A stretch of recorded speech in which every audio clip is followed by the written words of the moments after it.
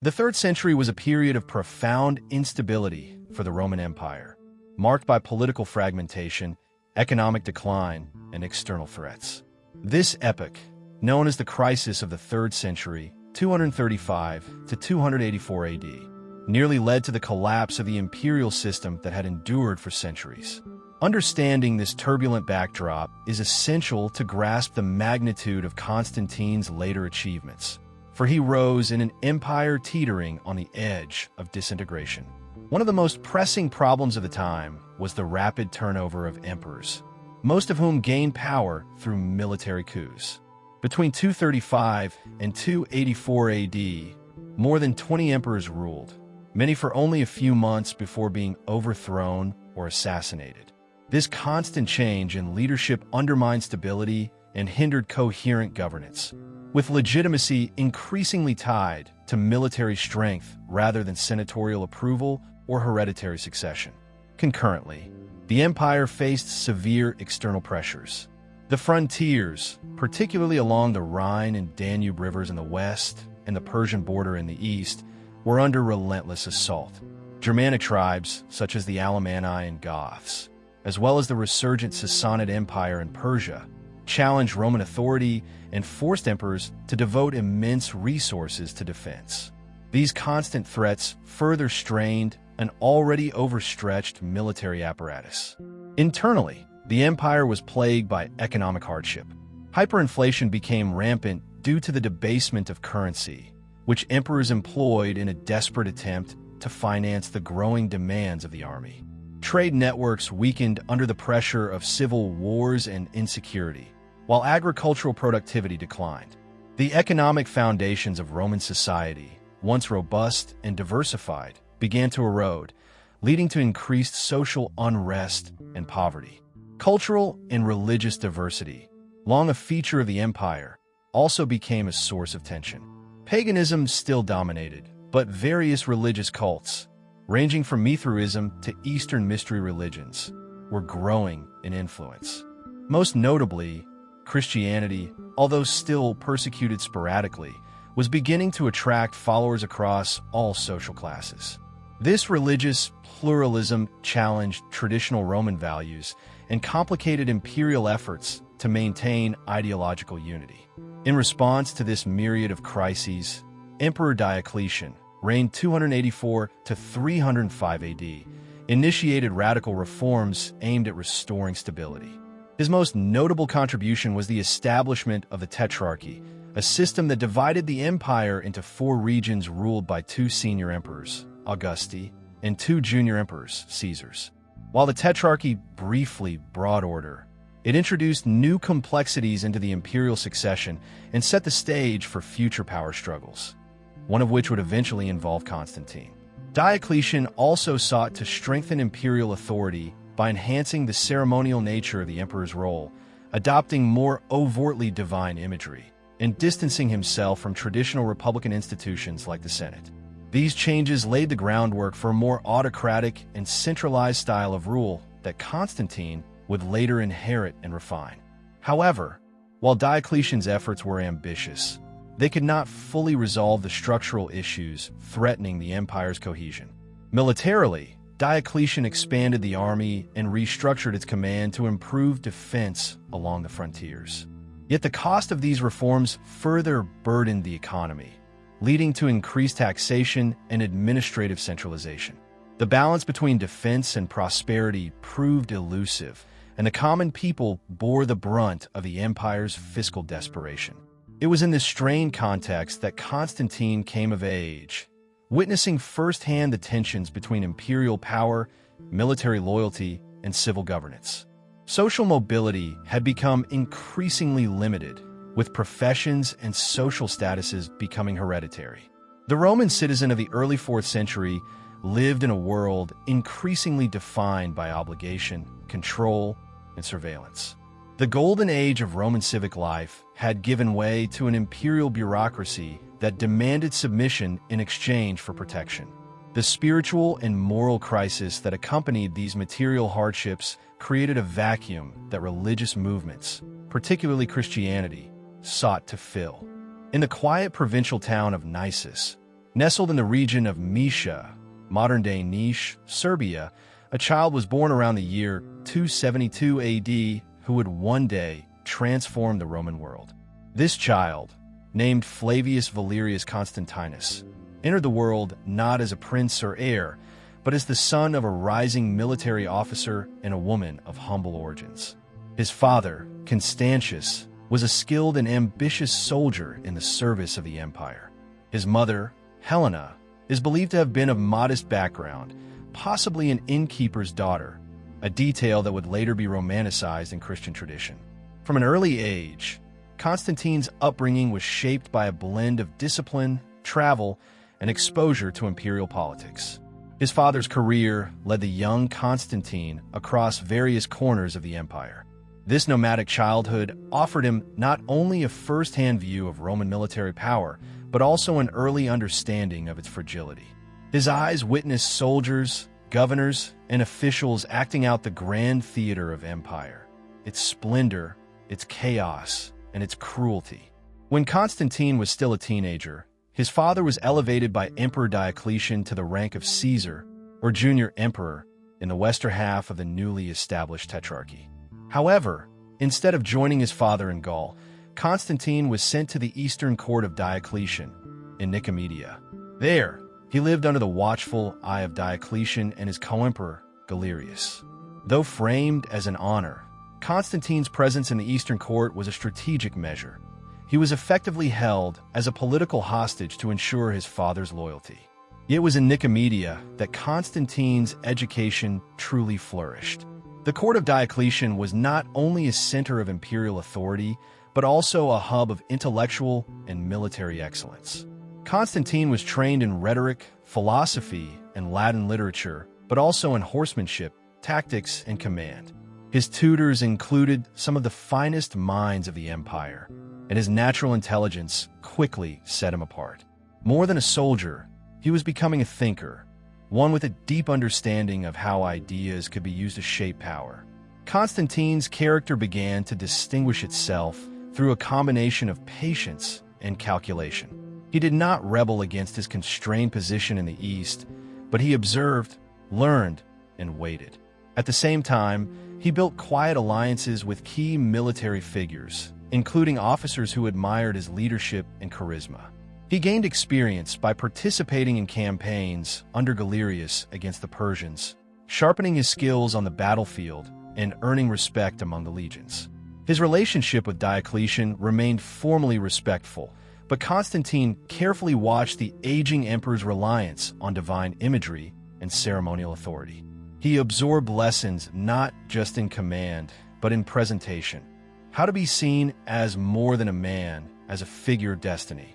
This awareness would become critical in the years ahead, when the power of symbols and visions would guide his public image. Meanwhile, in the West, Constantius was proving to be a capable ruler.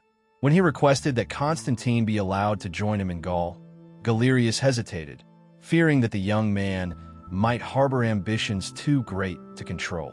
Eventually, however, Constantine seized an opportunity. Sensing his moment, he fled Nicomedia under cover of night and rode westward with great urgency, reportedly injuring horses along his path to prevent pursuit. He rejoined his father in Britain just in time to campaign against the Picts in the north. This reunion marked a critical turning point. Fighting alongside his father, Constantine demonstrated both courage and strategic acumen.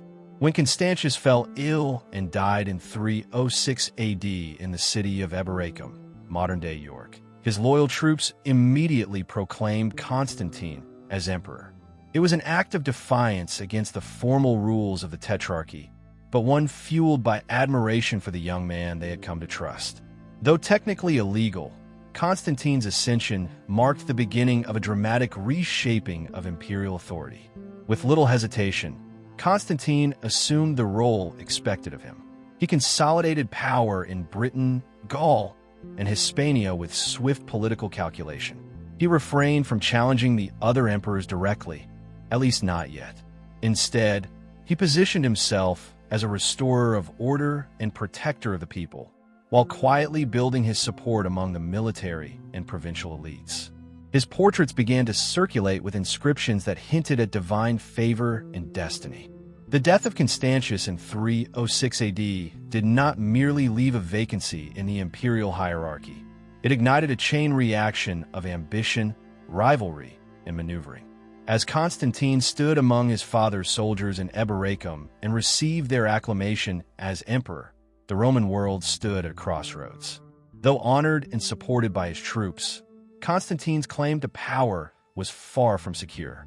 The system of the Tetrarchy, designed by Diocletian to prevent precisely this kind of dynastic succession, now faced its greatest challenge.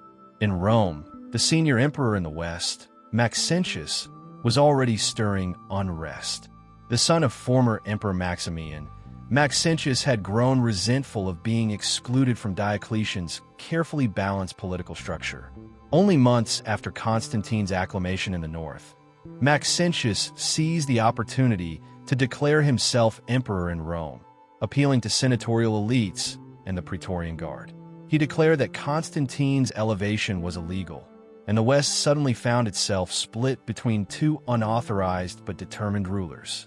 Meanwhile, in the East, Galerius, the most powerful remaining figure of the original Tetrarchy, was furious.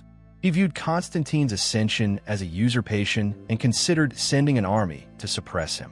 Yet Galerius understood the risks of provoking a civil war too soon. Instead, he attempted a compromise.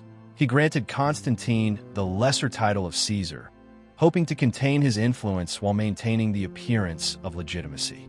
Constantine accepted the title publicly, but privately, he continued to consolidate his position.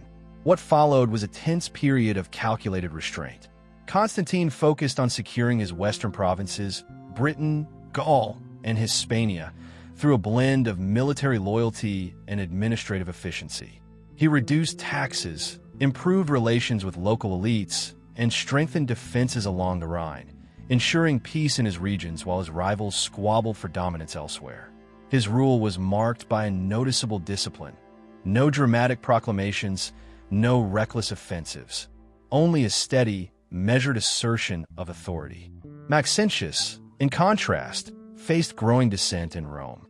Though initially welcomed as a champion of traditional Roman values, his reign quickly became characterized by extravagance and repression. His heavy taxation and reliance on the Praetorian Guard alienated both the Senate and the people. While Constantine strengthened his support in the provinces, Maxentius's grip on Italy grew increasingly fragile. Their confrontation, though not immediate, loomed on the horizon as inevitable. Amid these tensions, another player emerged, Licinius, a general in the Balkans whom Galerius elevated to the rank of Augustus in 308 AD. This move was an attempt to restore balance and legitimacy to the faltering Tetrarchy. At the same time, Maximian, the father of Maxentius and a former emperor himself, attempted a brief return to power by forming an alliance with Constantine. Their partnership, however, was short-lived. After attempting to usurp Constantine's authority in Gaul, Maximian was captured and either executed or forced to commit suicide, depending on the source. The death of Maximian was a symbolic moment. It marked the passing of the old generation of emperors who had governed during the age of Diocletian. With their exit, the original structure of the Tetrarchy continued to unravel. Constantine now stood as one of the most powerful and experienced rulers in the empire, and he began to present himself not just as a regional leader, but as a unifier and reformer. Constantine's military campaigns during this period were swift and decisive. He repelled Germanic incursions with impressive efficiency and reorganized the legions stationed along the Rhine. His soldiers admired his courage and often recounted how he personally led charges into battle, earning him deep loyalty. At the same time, he carefully curated his public image. Coins bearing his likeness emphasized strength and justice, while inscriptions began to hint at a connection to divine favor. The growing tension between Constantine and Maxentius reached a critical point by 311 AD. After years of uneasy coexistence, Constantine prepared to march on Italy. He gathered a seasoned army and set his sights on Rome, determined to challenge Maxentius not just militarily but ideologically. It was a calculated gamble to invade a rival's territory with a relatively small force, relying on speed, discipline, and popular discontent with Maxentius's rule. As he crossed the Alps and descended into northern Italy, Constantine faced the daunting prospect of civil war, but also the potential for total transformation. What lay ahead was not merely a battle for control of the Western Empire, but a confrontation that would reshape the empire's soul. The year 312 AD would become a turning point not only in Constantine's personal journey, but in the fate of the entire Roman Empire.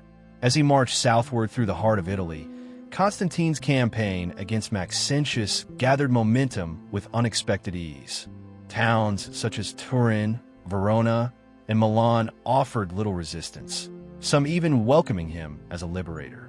Disillusionment with Maxentius's rule had spread deep into Italy, and Constantine's disciplined and restrained approach won him growing favor among both civilians and soldiers. Despite his limited forces, estimated at around 40,000 men, Constantine advanced with confidence and tactical brilliance. He moved quickly, avoiding prolonged sieges, and targeted vulnerable garrisons along the way.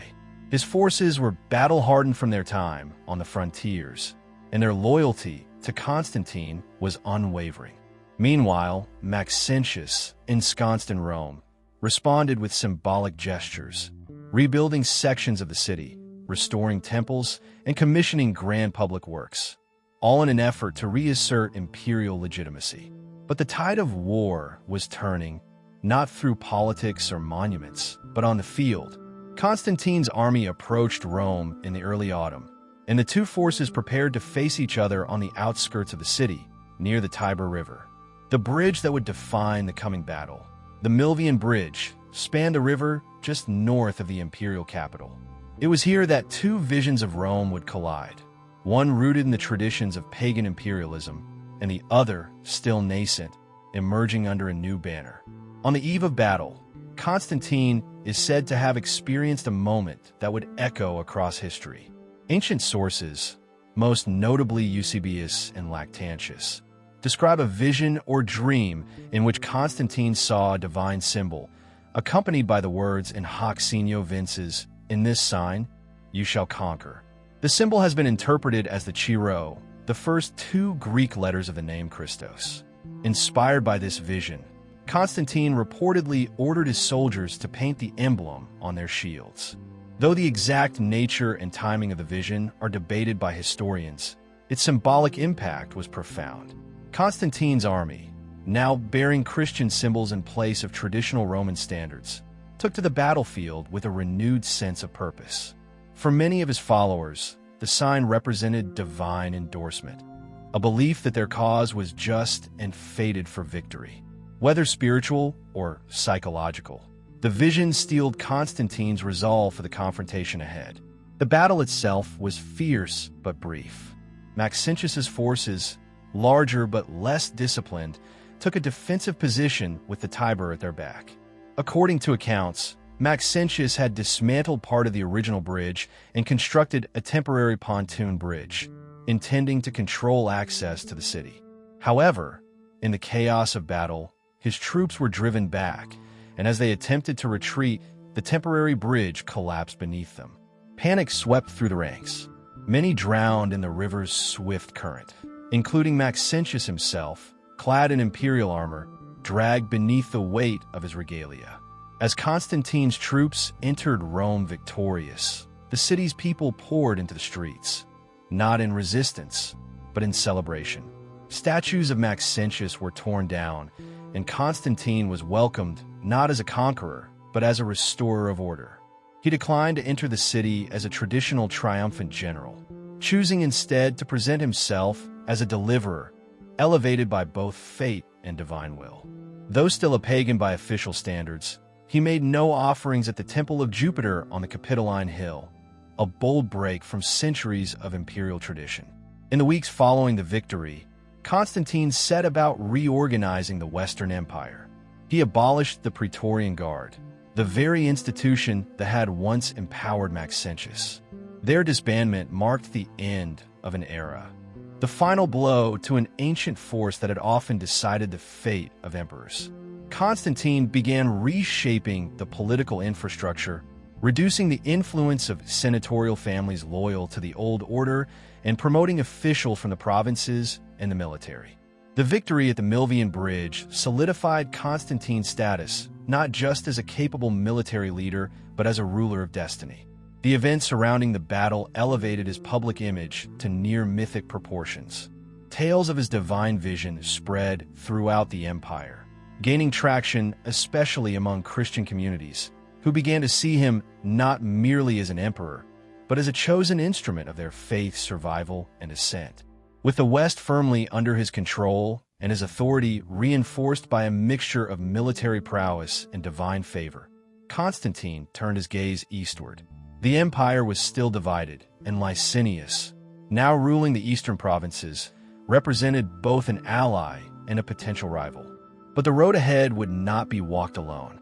In the aftermath of his decisive victory at the Milvian Bridge, Constantine stood at the helm of the Western Roman Empire.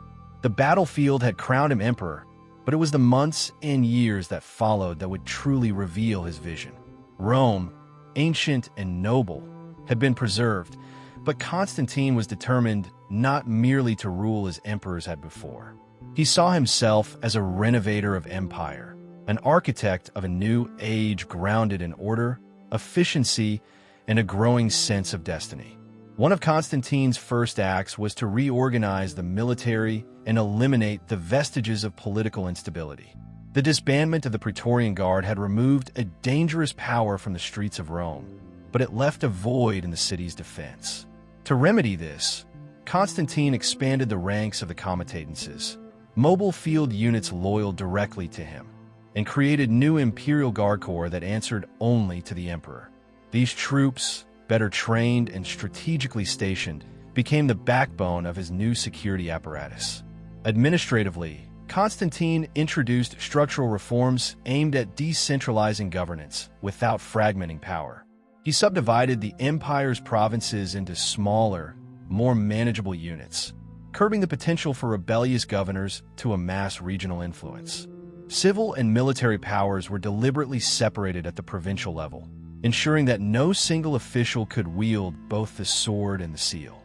In doing so, Constantine laid the groundwork for a more specialized and accountable bureaucracy. Taxation, always a sensitive issue in the empire, underwent significant overhaul. Constantine implemented more predictable and equitable systems, particularly in Gaul and Hispania. He ordered new land surveys and introduced assessments based on agricultural productivity rather than arbitrary quotas.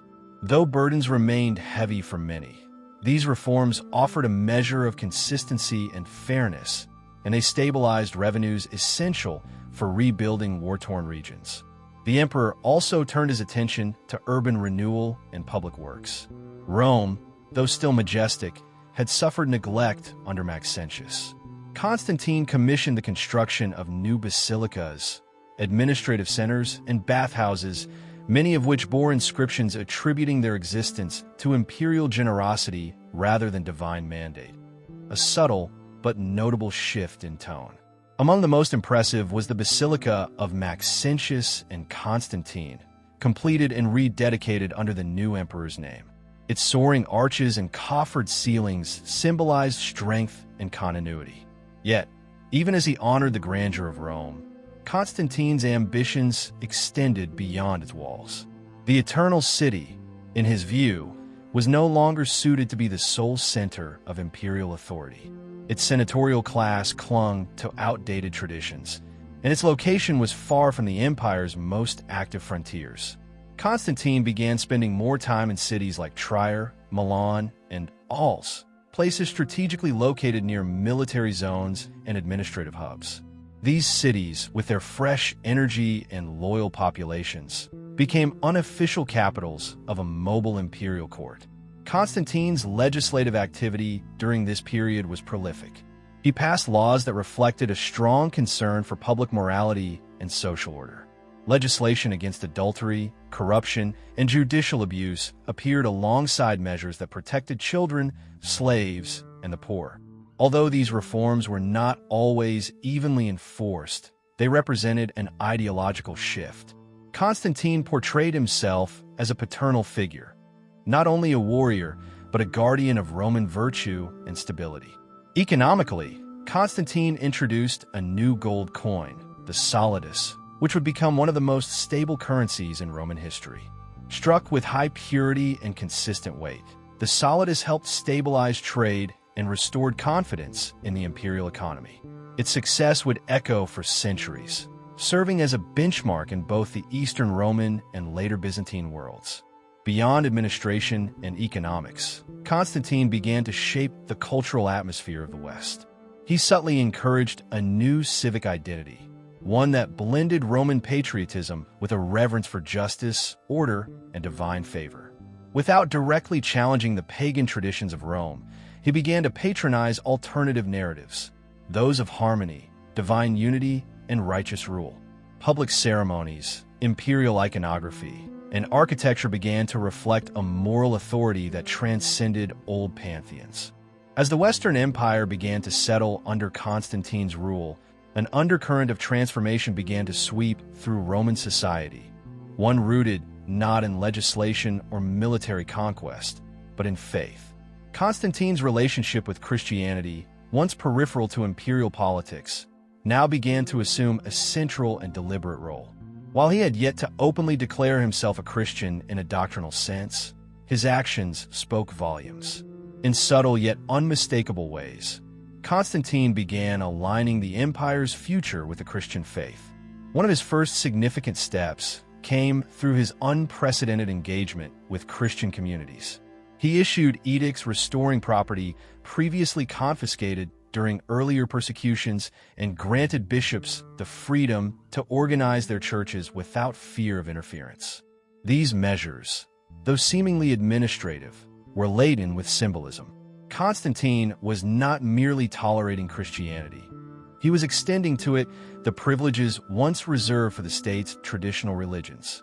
His court began to include Christian advisors, including the influential Bishop Hosius of Corduba, who became a close confidant. Constantine also offered patronage to Christian building projects, providing funds and land for the construction of churches.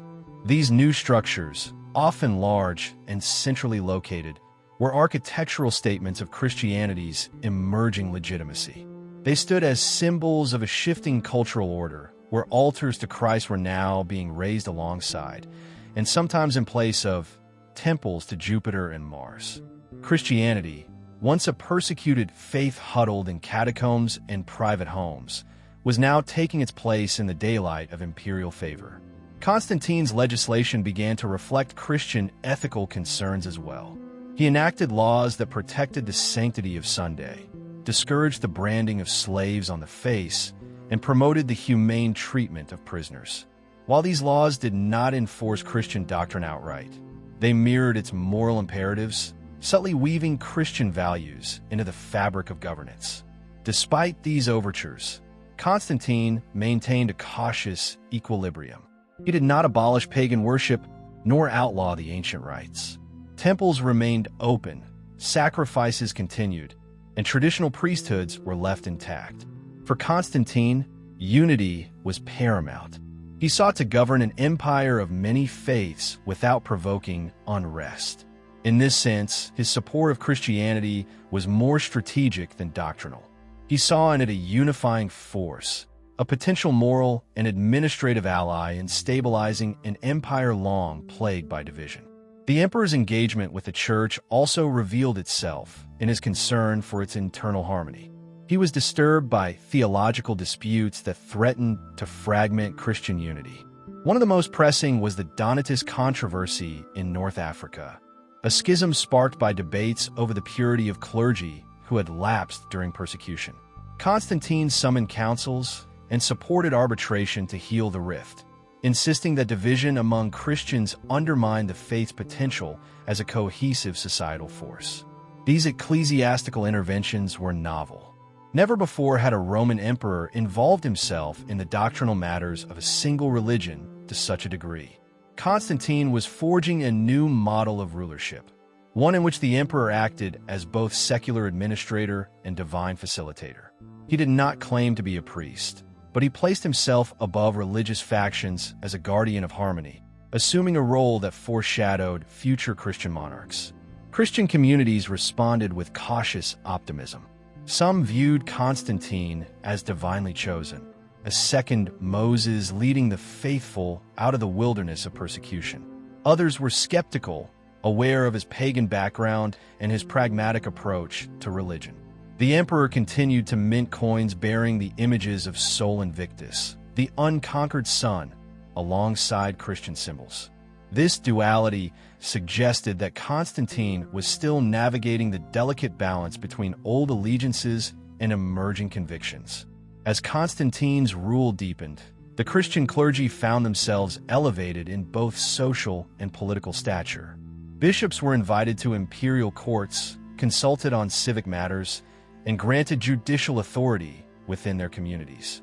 Their rising influence marked the beginning of a new power structure, one that would later intertwine church and state in complex, often contentious ways.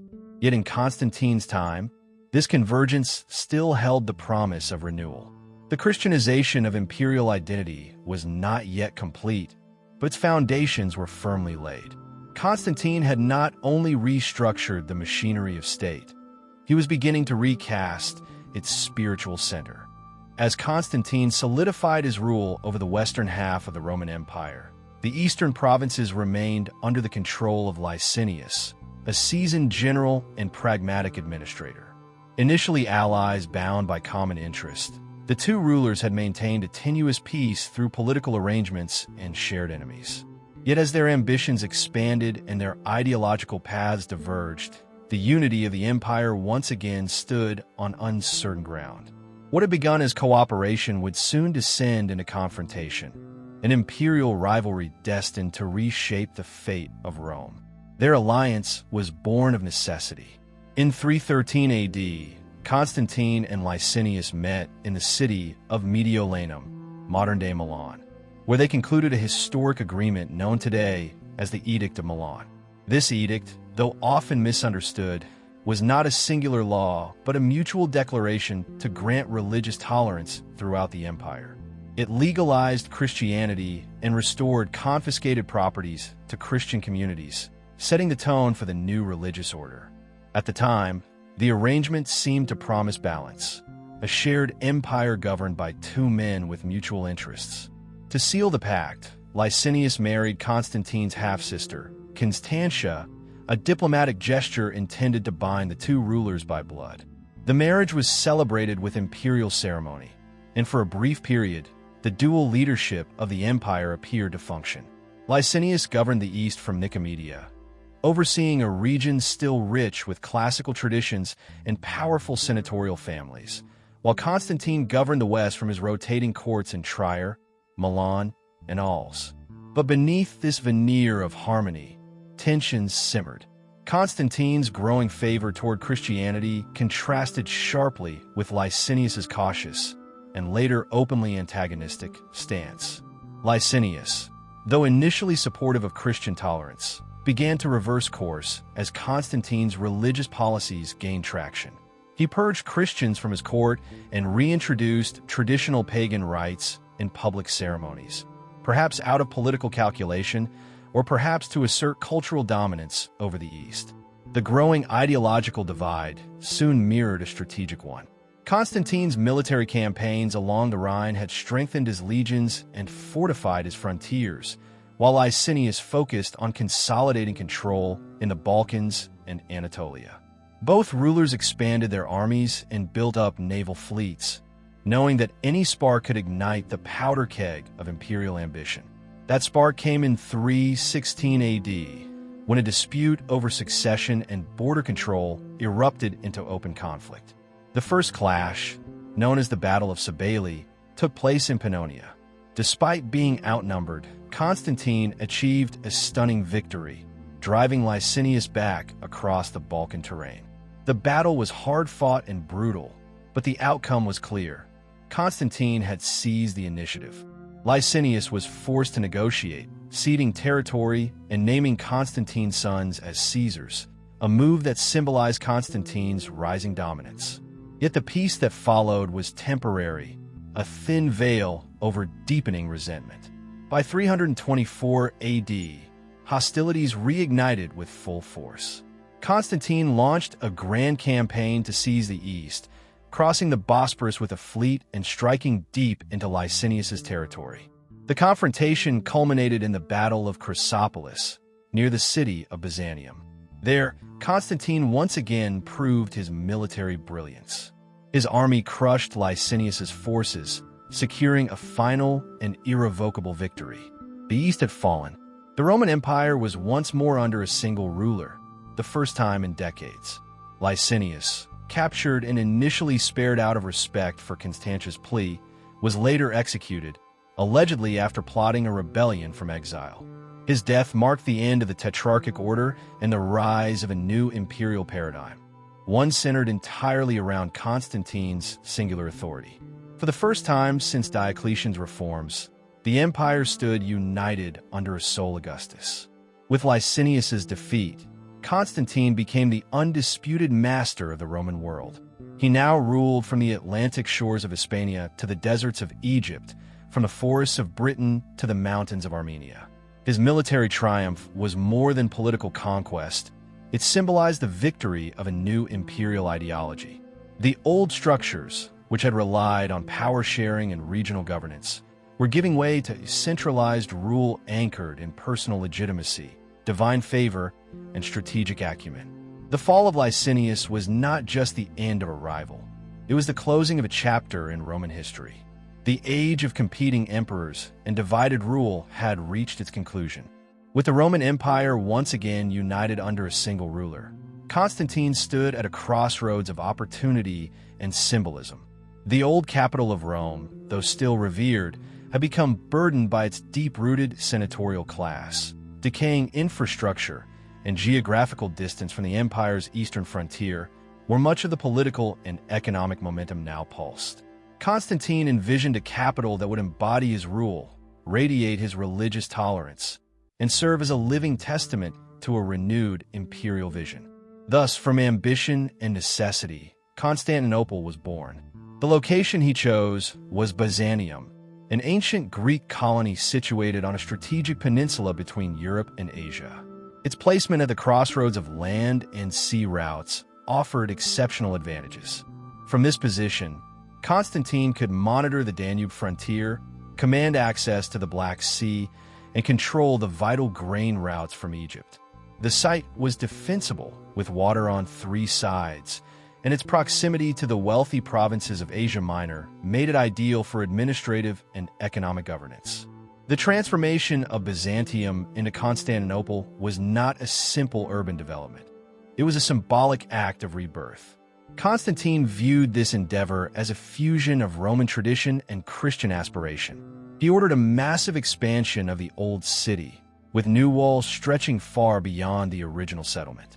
Streets were redrawn, aqueducts laid, and imperial palaces rose along the ridges. Public forums, baths, and theaters were built, echoing the grandeur of old Rome, but imbued with a new identity. Central to the city's design was the Hippodrome, a colossal stadium for chariot races and imperial ceremonies. Here, Constantine could stage displays of power and generosity, much like the Caesars had done in the Colosseum of Rome. Yet unlike its predecessor, Constantinople's public spaces often featured Christian symbolism.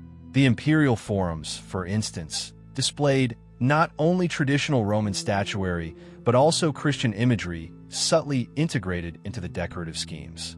In the heart of the city, Constantine erected a great column bearing his own statue at the top, an image that blended the attire of a Roman emperor with symbols of solar divinity.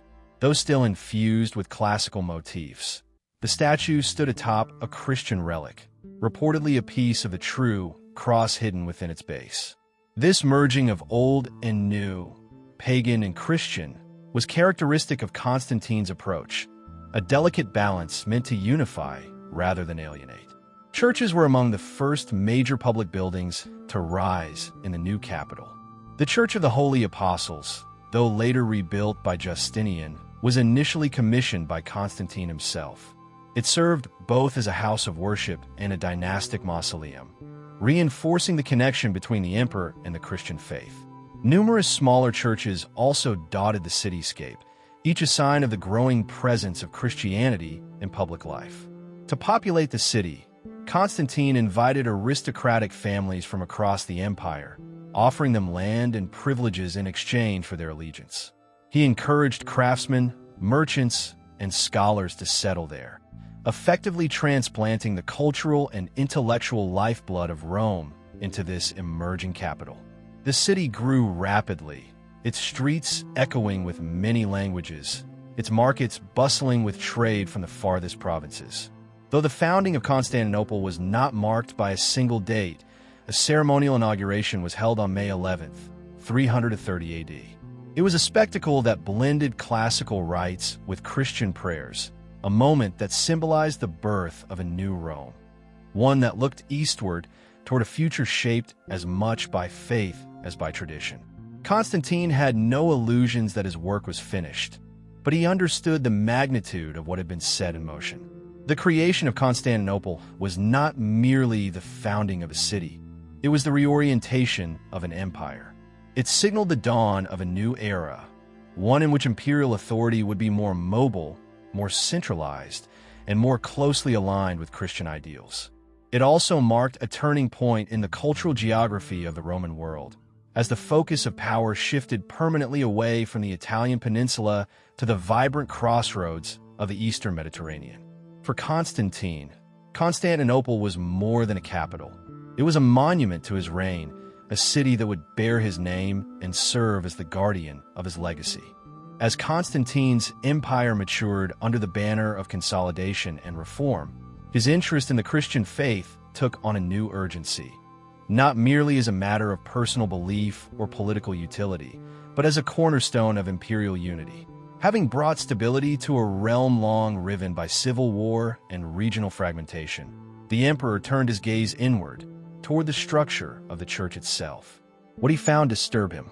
Beneath the surface of newfound tolerance, the Christian world was increasingly fractured by doctrinal conflict. The most pressing of these theological disputes centered around the nature of Christ. A priest from Alexandria named Arius had begun preaching a doctrine that challenged the prevailing understanding of Jesus' divinity. Arius taught that Christ, while exalted, was not co-eternal with God the Father, that there had been a time when the Son did not exist. This belief, known as Arianism, quickly gained traction, especially in the eastern provinces, where debates over the nature of the Trinity stirred passions in both clergy and laity. Arianism's rise threatened to destabilize the fragile unity of the church. Riots erupted in key cities.